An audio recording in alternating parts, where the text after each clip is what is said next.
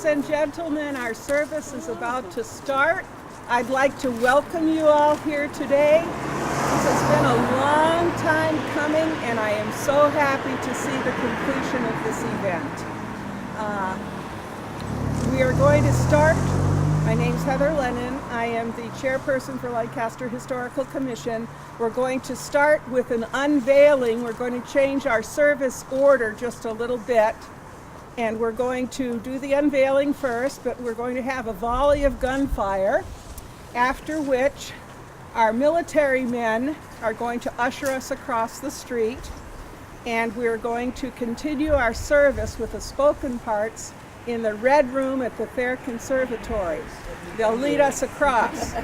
And then after that, we'll have a reception, which you're all invited to attend, and you can stay and visit.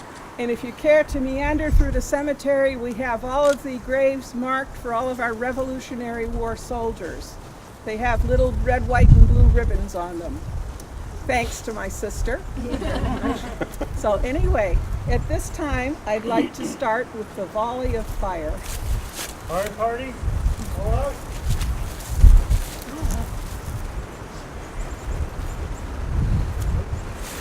Get ready to start. Smile.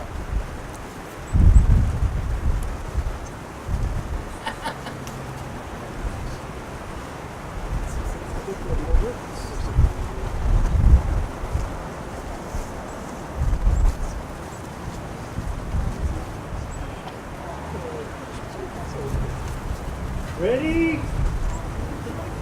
Aim! Fire!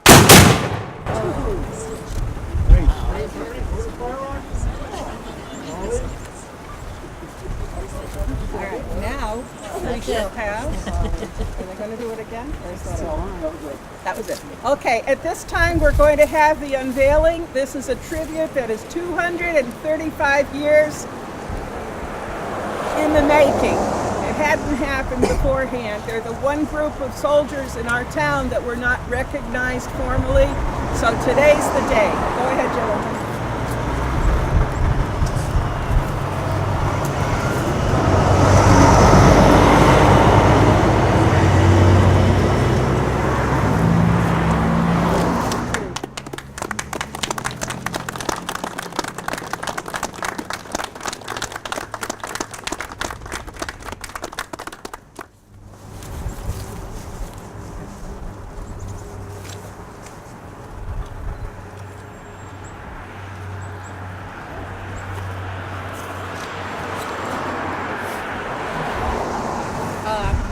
Marcus, can you read aloud the words? Yes, it says American Revolutionary War 1775 to 1783. Dedicated to the memory of all who served. Erected in 2018, Lancaster Historical Commission. Okay, thank you very much. Okay, at this point we're going to go across the street so you can warm up a little bit and enjoy some of the history that we have to share with you and the tribute to these great veterans of ours. So we'll see you across the street. That one marching? Yes. That one marching? Go ahead, man. Coming over?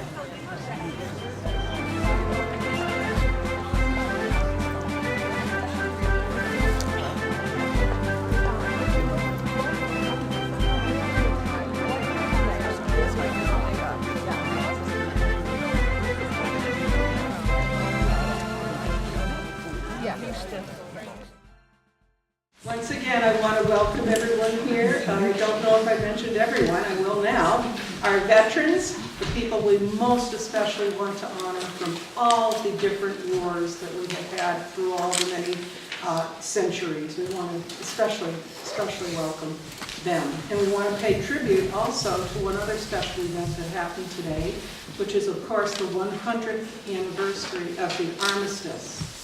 So that's an important veterans event as well. I know it took place 11/11/11, but I just wanted to mention it once again.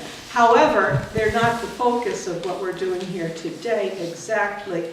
The family and friends I want to welcome. We had a grant that was given to us. I'll mention that in just a minute. I want to also thank the people who installed and the supporters who wrote the letters for the grant, and our town officials and our state officials who so kindly come out today. We put in for the grant because we realized that Lancaster had a lack, and it was a lack of a monument for the Revolutionary War soldiers. We seem to have had monuments in other places for the soldiers, veterans of other wars, but none for the particular revolutionaries. So we sought to seek to fill that void. I said that twice.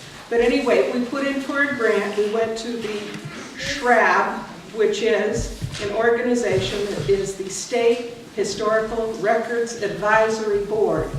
And every year they put out opportunities for grants, and we were lucky enough to be able to get our grant application taken care of. Now, as far as the history goes, I want to say that Lancaster in particular probably furnished more men in the Revolution than any other town in Worcester County.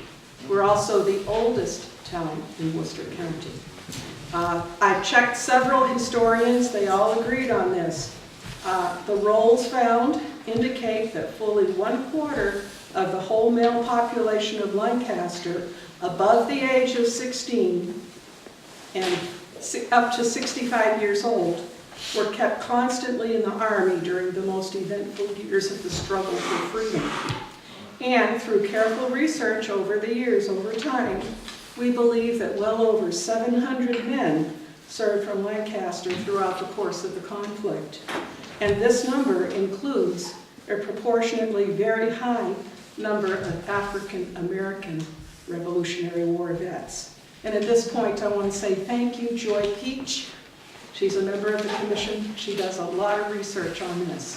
And she's got little bios of all these different soldiers. And she's really done a great job increasing the numbers. Back in 1774, when the winds of war began to stir in New England, Lancastrians were ready. Number one, they had established a committee of correspondence that met with other like towns. They raised up a company of 100 volunteers to be ready at a minute's notice. They purchased 2 field pieces and 2 4-pounders with a supply of powder, ball, and grape shot. They were prepared. So on April 19th, on the morning of, when a post rider galloped through the town shouting to everyone that the regulars had come out from Boston, no less than 257 men of Lancaster and vicinity marched to Cambridge. There were 6 Lancaster units. Some of the names are very familiar if you're into the genealogy of the early founders. We had Captain John Prescott, Thomas Gates, Samuel Sawyer, Benjamin Houghton, and we had Captain Joseph White and Daniel Robbins. The men, I think, probably didn't make the biggest part of the action because they're that much further away from Boston, but they were commissioned to march into Cambridge that day. Bunker Hill on June 17, 1775. We don't have exact numbers because they're hard to determine, but it's believed that as many as 50 Lancaster men fought there.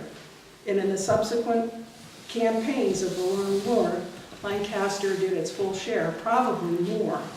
Interestingly, Colonel William Prescott from Bunker Hill fame, the one who said, "Don't shoot till you see the whites of their eyes," was the great-grandson of Lancaster's founder, John Prescott.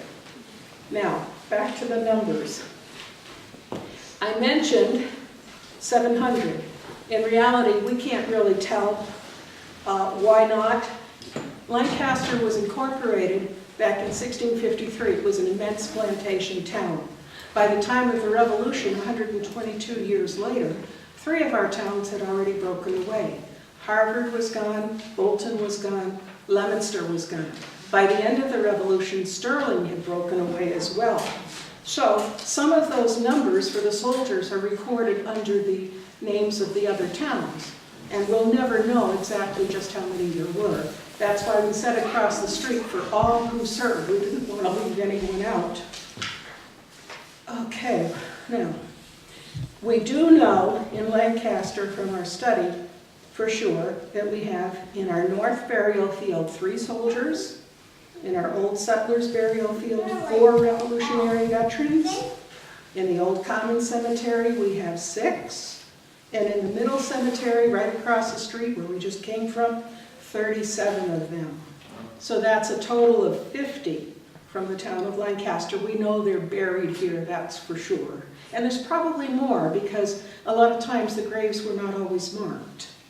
Now, because the greatest number of Revolutionary War soldiers were buried here, it was decided to have the monument location placed here. So we're gathered here today to pay special and an overdue tribute to these brave American patriots. And at this point, we're going to have a couple of special speakers. We're going to have our esteemed state legislator, Mr. Harold Naughton. He's been our representative for this area since 1995. He's born in Worcester, grew up in Clinton, still lives in Clinton, represents us well along with several other nearby towns. He currently serves as the chairman of the Joint Committee on Public Safety and Homeland Security. And he was a well-respected major in the Army Reserves. And he has been awarded also the Combat Action Badge, among many other military awards. So we'll have our representative speak first, and then I'll give a brief introduction for a descendant, a direct descendant of a couple of our Lancaster Revolutionary veterans. So at this time, Representative Naughton, come on up.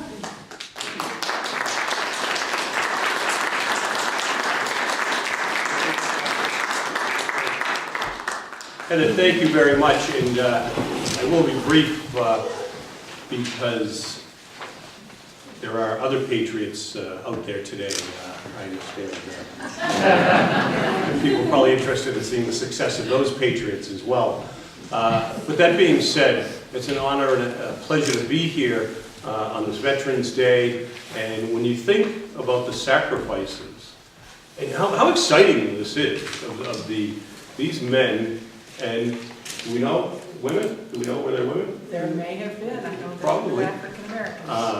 And who came forward at that time and in this town. And as I was sitting there, and Heather was talking, I think Clinton was still part of Lancaster at the time until he got rid of us. But He broke away. He broke away from Mother Lancaster. From Mother Lancaster, the plantation. But all the people that came forward and the chances that they were taking with their lives and their liberty and their integrity and their fortunes. They didn't know in 1775, 1776, there was no guarantee that they were going to be successful. And there was no guarantee that they'd be ever honored with a monument like this. They were taking a huge gamble in the name of freedom and in the name of liberty, and to lay the foundation. It could have gone in the other direction. They all might be laying in unmarked graves. But they were willing to make that sacrifice and to lay that down, to go forward for 7 years. That was a long war, the Revolutionary War. And up until the current wars, it was the longest war we've been engaged in.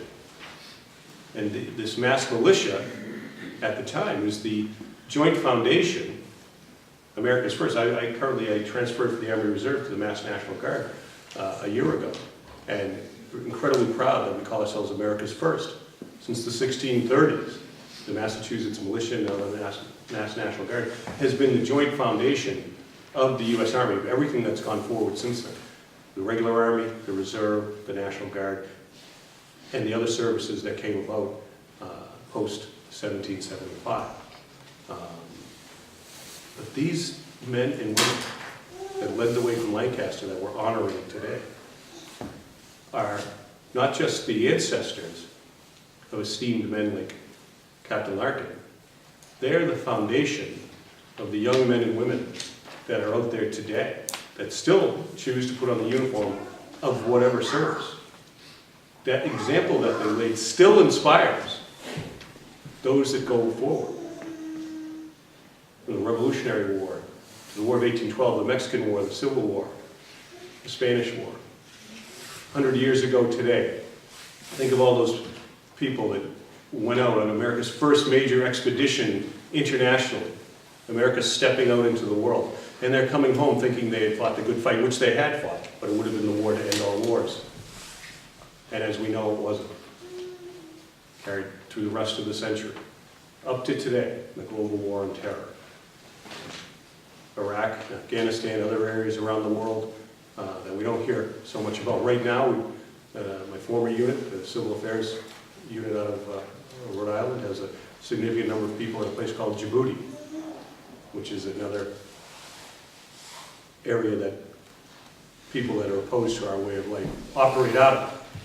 So, but it's the inspiration that these men and women from 240 plus years ago have led. And I'd like to point out that our veterans agent, Rick Botor, here as well, does a great job.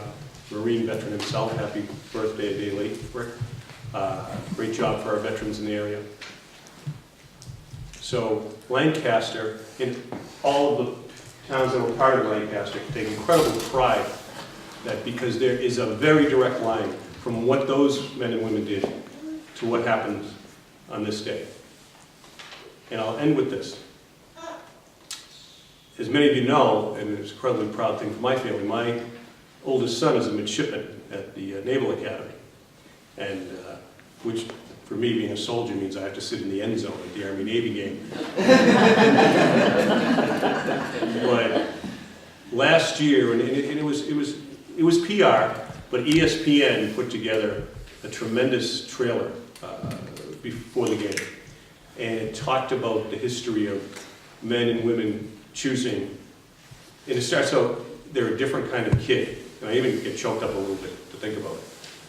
And it talks about the kids that choose to go to Annapolis and choose to go to West Point and commit their lives, or at least portions of their lives, to that service. And it goes to the historical aspect of an old-time postman 100 years ago showing up at a family's ranch and handing a letter to the kid that he got into West Point or into Annapolis. And then it goes into current day, and it interviews the parents of the football players of each of the teams, and many of the parents, and what they think of their kids. In this time in our society, when less than 0.5% have any tie to the military, and they talk to the moms and dads. And the most poignant phrase, and it was the dad of one of the Army football players, who happened to be the police chief in Tenafly, New Jersey. And he said, it's the only game you'll ever watch where everyone on the field is willing to die for everyone in the stands. And so that feeling, those young men and women, whether they be at the Naval Academies, whether they be enlisted and stepped up, and the NCOs that really do all the work in the military, they can trace their inspiration and their work back to those men and women that are represented by that monument across the street. It's been a pleasure and an honor to be in the company today. Thank you for your hard work.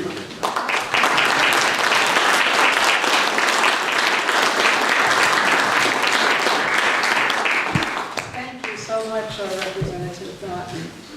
Now, I'd like to introduce our second speaker. His name is Captain Marcus S. Larkin, who was raised on Cape Cod, Massachusetts. He enlisted back in the U.S. Navy on September 23rd of 1980 and has served in active duty for over 38 years. In November of 2017, Captain Larkin reported for his 12th assignment to both the Naval Undersea Medical Institute and the Naval Submarine Medical Research Laboratory in Groton, Connecticut. He currently serves as a staff instructor for submarine independent duty corpsmen and as an industrial hygiene officer for the Navy's Submarine Atmosphere Health Assessment Program. Captain Larkin's personal awards include 3 meritorious service medals, in addition to numerous other awards, stars, and ribbons throughout the years. He and his family currently live in Groton, Connecticut. Captain Larkin, especially for today, for us, he carries on a long tradition of family military service. Further, he's a compatriot of the National Society of Sons of the American Revolution and has the highest interest in his family history, and most important for us today, he is a direct descendant of Peter and John Larkin, 2 Revolutionary War soldiers from none other than Lancaster, Massachusetts. Welcome, Captain Marcus S. Larkin.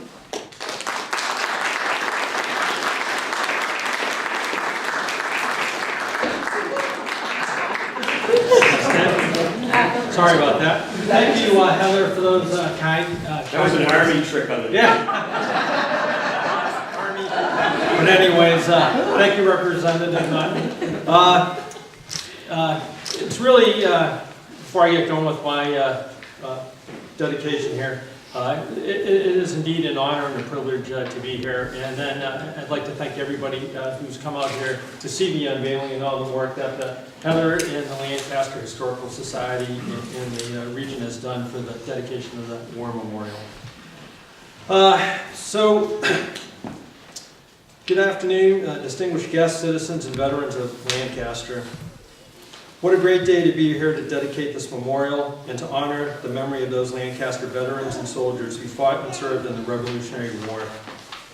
As an active duty naval officer and a direct descendant of a Revolutionary War soldiers from Lancaster, my grandfather, Corporal Peter Larkin and Private John Larkin, it is humbling and a privilege to be here representing them and the other soldiers today.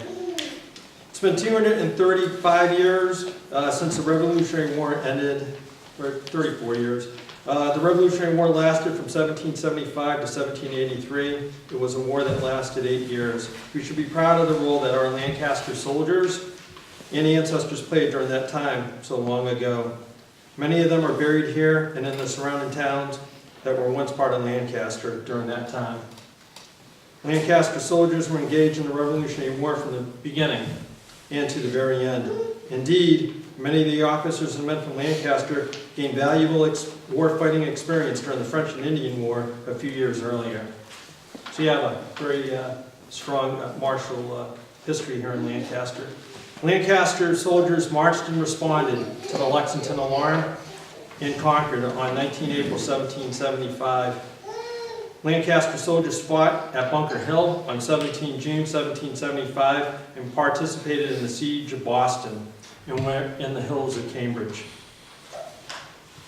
from 1775 to 1776. They were in General Arnold's and General Montgomery's difficult expedition to Quebec in 1775. In 1776, they fought under General Washington and General Glover in New York during the Battle of Brooklyn, Kips Bay, and the Battle of White Plains. During that same year, some participated in Washington's Christmas Day battle at Trenton, New Jersey, and later at the Battle of Princeton. Lancaster soldiers responded to the Bennington Alarm and fought with Colonel Bigelow during the Battle of Saratoga, New York in 1777. Lancaster soldiers marched into Valley Forge, Pennsylvania, and some lost their lives there. They fought at Monmouth, New Jersey in 1778, and they participated in the siege of Newport and the Battle of Rhode Island in 1778, and were in the hills of Tiverton, looking down at the British campfires below. They fought with General Washington and General Lafayette at Yorktown in 1781. Many of them participated in military campaigns, battles, skirmishes, and events not noted here today. In closing, the following was written by the Honorable Ellery Crane 110 years ago regarding the 15th Regiment of the Massachusetts Line Continental Army and presented during the proceedings of the Worcester Society of Antiquity. And I paraphrase, "To have coursed in one's vein the blood or any one of those heroes who helped to fight the battles that gave freedom and independence for the American colonies is indeed a real honor. and one worthy of record, one most worthy of commemoration. Some may say, let the dead past rest. I want to say to such beings, history nowhere records more stirring examples of heroism and self-sacrifice that were displayed by our American soldiers during the war of 8 years' duration. To allow the worthy deeds of our sires to be hidden by the accumulating dust of the years that have come and gone would be not only a grave mistake, but such noble deeds never should be forgotten, but ever kept in view, that posterity may be enlivened to a deeper sense of patriotism.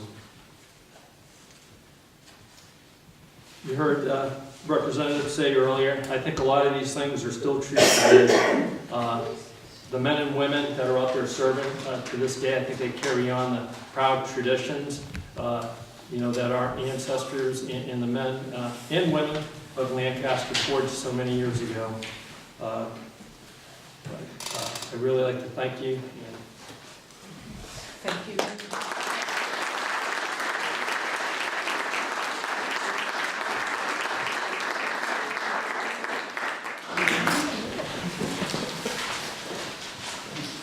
It is a veteran, not a preacher, who has given us freedom of religion. It is a veteran, not a reporter, who has given us freedom of the press. It is a veteran, not a campus organizer, who has given us freedom to assemble. It is a veteran, not a politician, who has given us the right to vote. It is a veteran who salutes the flag, who serves under the flag, and whose coffin is draped by a flag. For those of us who did not remember, when we went to war, we were flying under the King of England flag. And now we have our own American flag, the history of which has come from many sacrifices. I'd just like to ask, for those of you who are here, how many of you had relatives that served in the Revolutionary War? Raise your hand. Thank you for your service. How many in the War of 1812 or a Spanish American?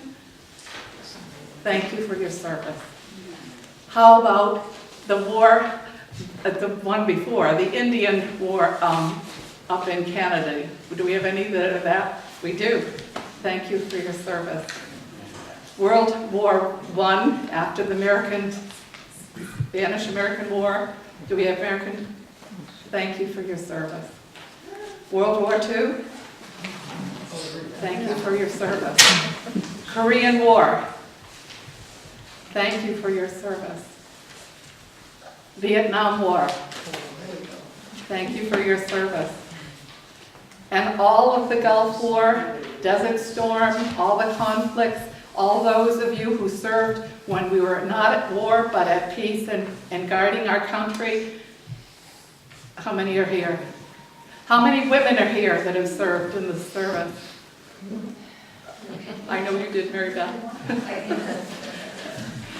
And World War II, my father served as a B-17 bomber pilot. I'm very proud of his service. I wanted to say today, thank you, everyone. I'm excited to know we have a senator here whose family we fought for freedom from Vietnam. Senator Tran, we are excited to have you with us. Thank you. Thank you for your service. And I'd like us to stand and pledge allegiance to our flag.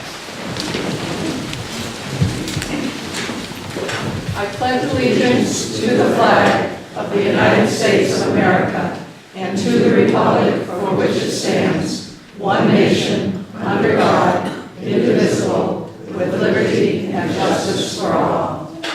Thank you. Okay, this brings to a close our dedication service. I'd like to once again thank all the people who made it possible, the people who supported the grant givers, just every person who was out in the cemetery with me looking at the stones and trying to determine who was where when. They're not easy to read out there. They need some attention. To go out there and take a look, they need to be cleaned up. But we're making a start on that. If you've noticed, the trees have come down on one side. We plan to take down a few more trees as well to preserve the cemeteries and the memories. So anyway, at this point, we'd like to invite everyone to stay. We have some refreshments in the other room, and what did I forget? You didn't forget anything. I just would like to add one thing. Someone here today said that he has an old fife from the Revolutionary War, Mr. Stephen Quill, and he said he wouldn't mind just speaking a minute. Do come up and tell us about this. I probably can do it back here.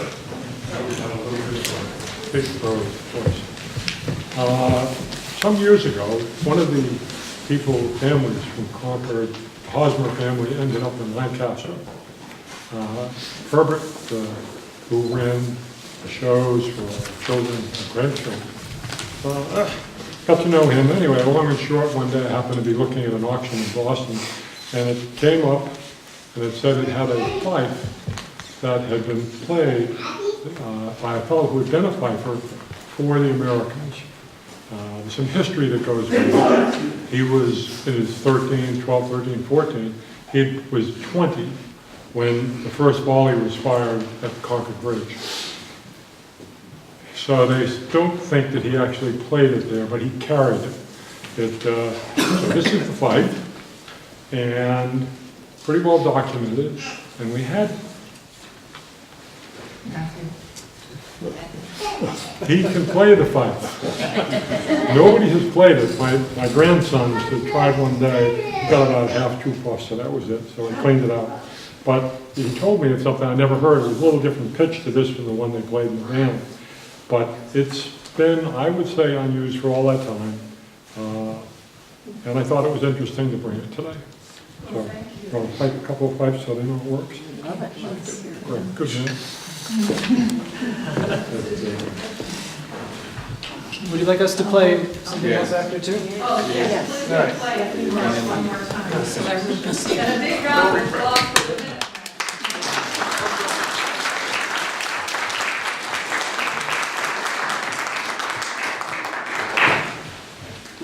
The thing that surprised me and my fellow musicians seeing this is that it's actually made of metal. It's like a pipe with someone just stuck holes in it. So it's a different experience from what we're used to. So we played some music for you on the way over here. I'll just play Yankee Doodle, one of the tunes we did.